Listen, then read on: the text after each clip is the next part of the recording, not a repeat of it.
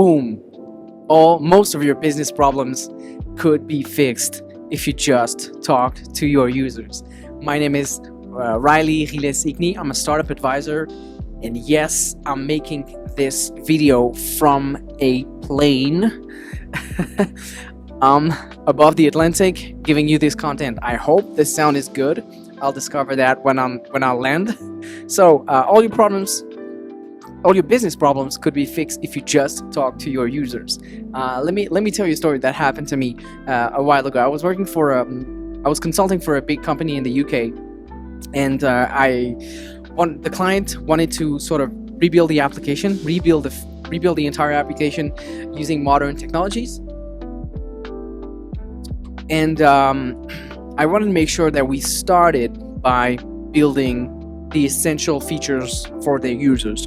And so I asked them to invite a couple of users to the office so that we can do a little bit of user interviews and get to know the people who are using the current version of the software and see who they are, how they behave, what is their problem, etc. So basically me getting to know their users. And so the product owner was super reactive. He organized the testing just 48 hours. So 48 hours later, I have a couple of users coming to the office, and I remember I had this really cool setup where I was alone with a user in a room, and I had a camera in the room that was live broadcasting into another room where the team was standing watching at a TV and taking notes. So my team could watch and hear the interview, but only I could talk to the user. And so I had a conversation with the user, a brilliant person, really motivated by helping us build a better version of the tool, and walked me through his day in the life, so how he was using the software every day.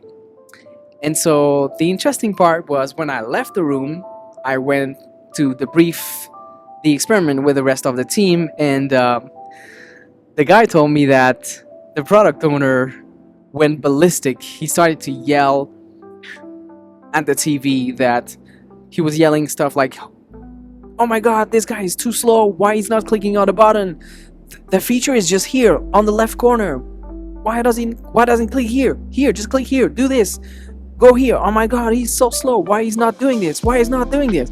And at some point he even said, "Oh my god, he's not our user. No, he cannot be our user. He's not our user."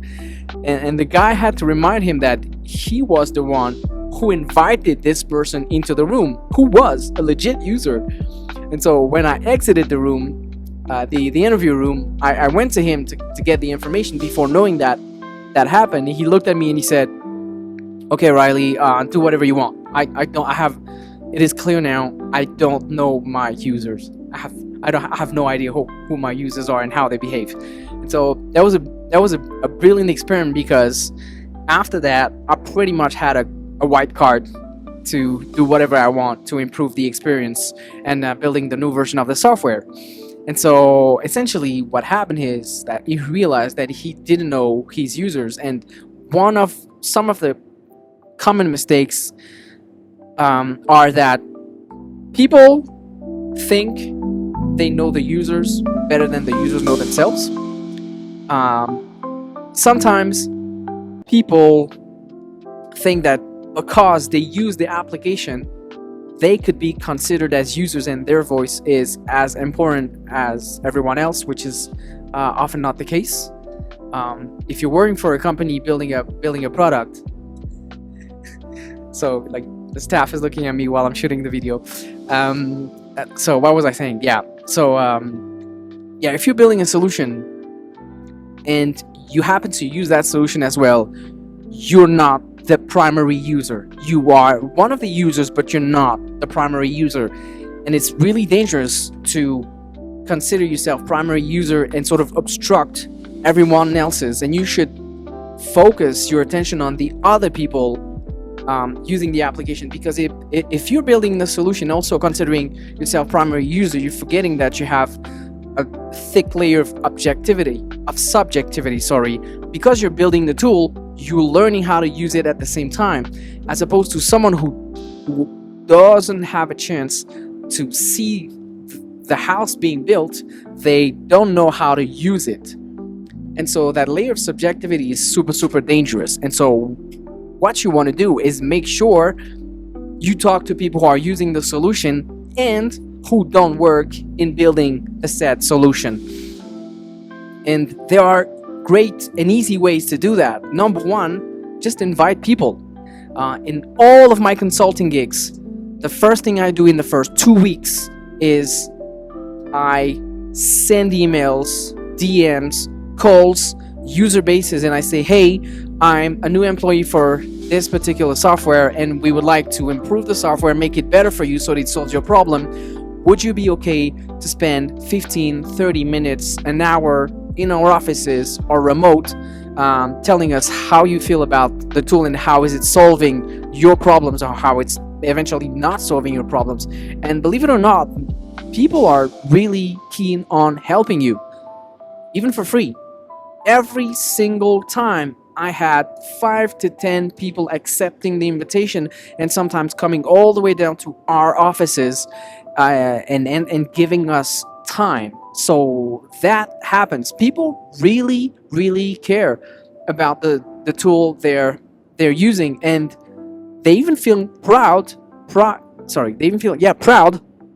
to see that you took the time to call them and take their feedback to make stuff better. And so the first thing I would say is talk to your users, reach out to them, call them, send them a DM, see if you can get a little even remote testing or remote user research or your remote interviews to see how they're doing.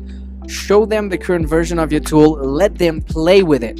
That's very, very important. Let them play with it and see how they behave with what you've built, because a lot of times I've seen that as well, is you think that people will grab the glass like that, but they ended up grabbing it like that, and you'll never change the way they behave, so you'll have to accept it. But if you don't know how they play with the stuff, then you'll just go into the wall. And so conclusion to this video from an airplane is most of your business problems can be solved if you talk to your customers and talk to your users.